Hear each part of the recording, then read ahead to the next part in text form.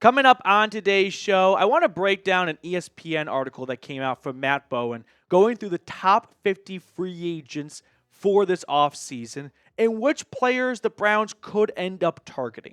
So let's start off with the number one free agent in ESPN's eyes, and it is Tee Higgins.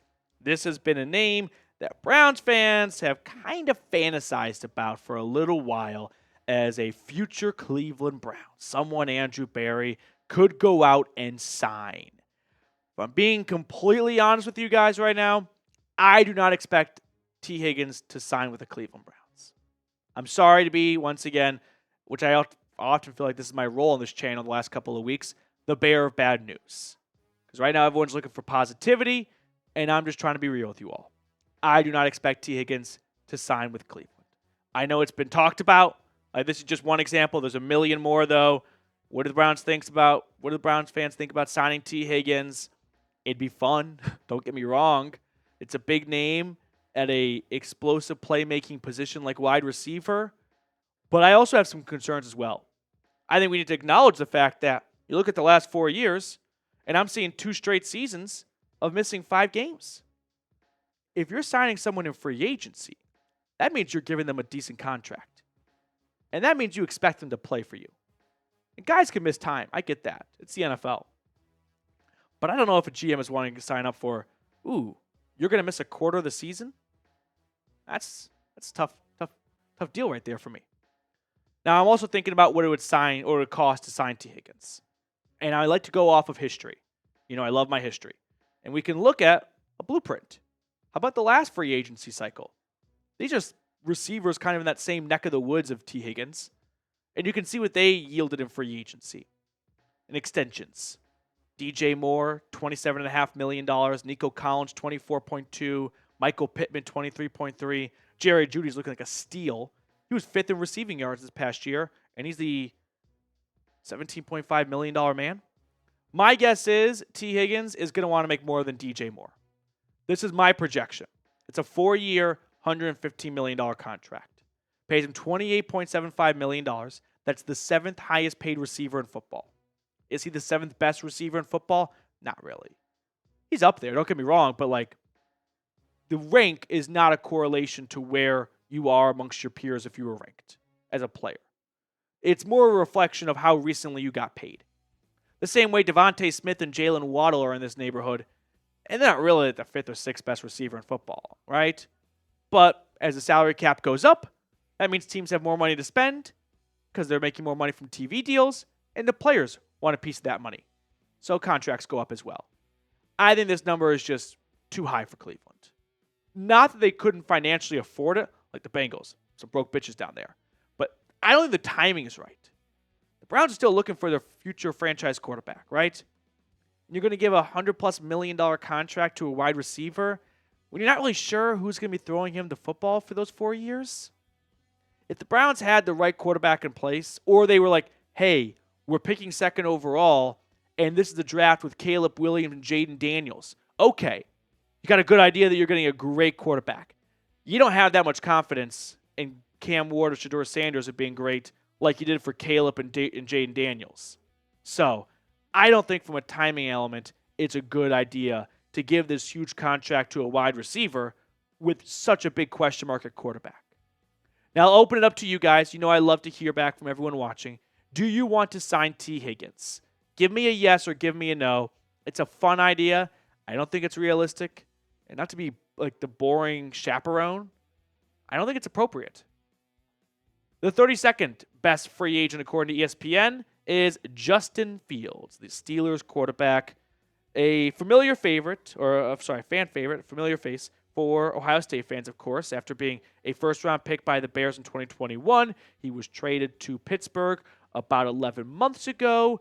Started the first 6 games for an injured Russell Wilson, went 4-2 in that stretch, and then sat on the bench for the rest of the season, coming in for some specialty plays and third down packages and things like that. Fields, though, is a quarterback that I personally am still in on.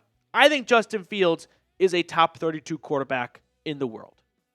I think he is a starting caliber quarterback. But the moment you spend one season as a backup, it's tough to visualize them as anything but a backup.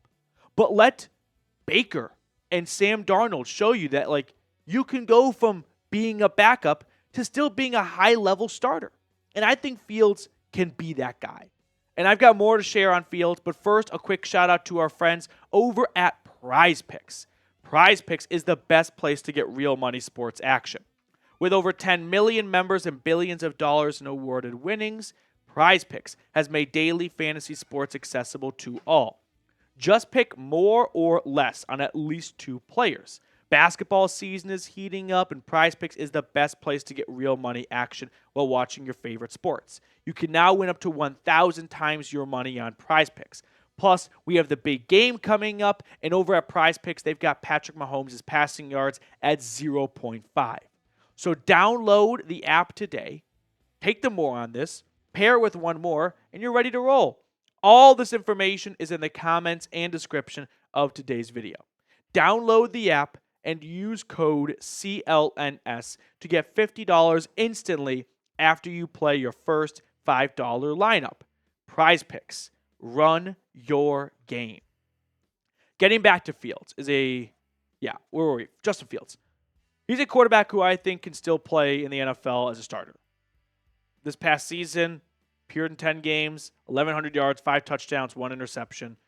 I'm not convinced that Justin Fields is going to be like a high-end starter. No, I think that's a bit of a bold statement. But I do think from what we saw from him in 2022 and 2023, there's some pros and there's some fair cons as well. He's got a tendency to turn the ball over. He takes a lot of sacks.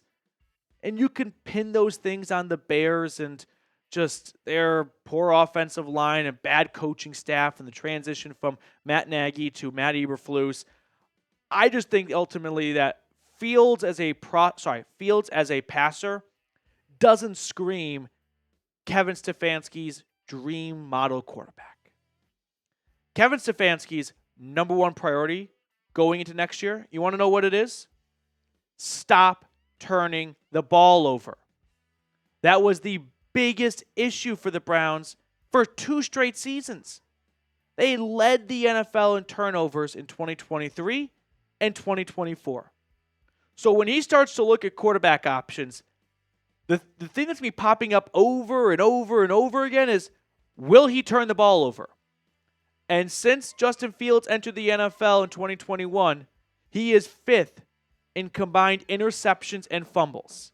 He is 4th in sacks taken, and he is 20th in games started. And after interceptions and turnovers, something that's plagued the Browns, sacks, especially last year, where they finished second to last as a team, only behind the Bears, ironically. So this might be too big of a red flag for Stefanski to move on from.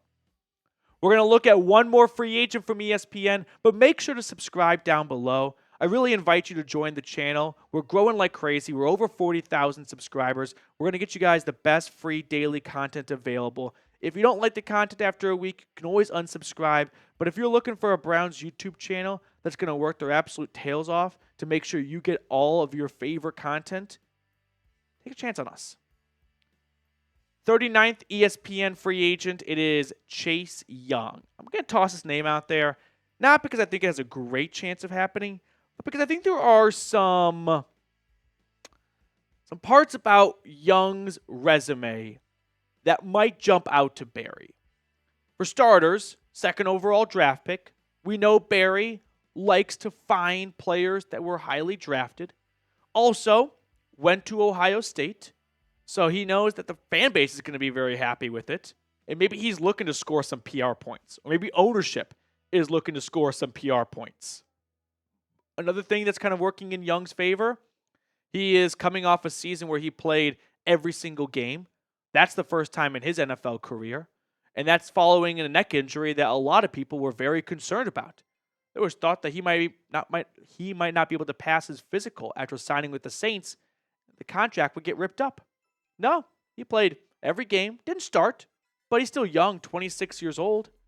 And I wouldn't be shocked if Andrew Berry goes, there's a 25-year-old former rookie defensive player of the year, just played every game and got 5.5 sacks in a role where he wasn't a starter, I think this could be a good addition to our defense. And then you also factor in how Andrew Berry loves early draft picks, like I said, and also adding to cornerstone positions. Remember when the Browns signed Okoronkwo? They had Garrett and Okoronkwo. And everyone kind of thought, all right, they're good, right? Those are your two starting edge rushers. And then a month or two later, he traded for Darius Smith because he loves to have a lot of reinforcements and a lot of depth at the edge rusher position. So when you look at the Browns' defensive line now, I'm not sure if Okoronkwo is going to be coming back for a third season. He's been underwhelming for the first two. And that leaves you with Myles Garrett, Alex Wright, and Isaiah McGuire. And while I think that's a fine, sturdy group right there, and I'm comfortable with McGuire and Wright having a large role, Barry might want to add some depth. And he might want to add one more pass rusher. And Chase Young does scream the profile of a player that Barry would pursue. So I personally can warm up to McGuire having a larger role this upcoming season based on the way he played down the stretch last year, or Wright picking up where he left off.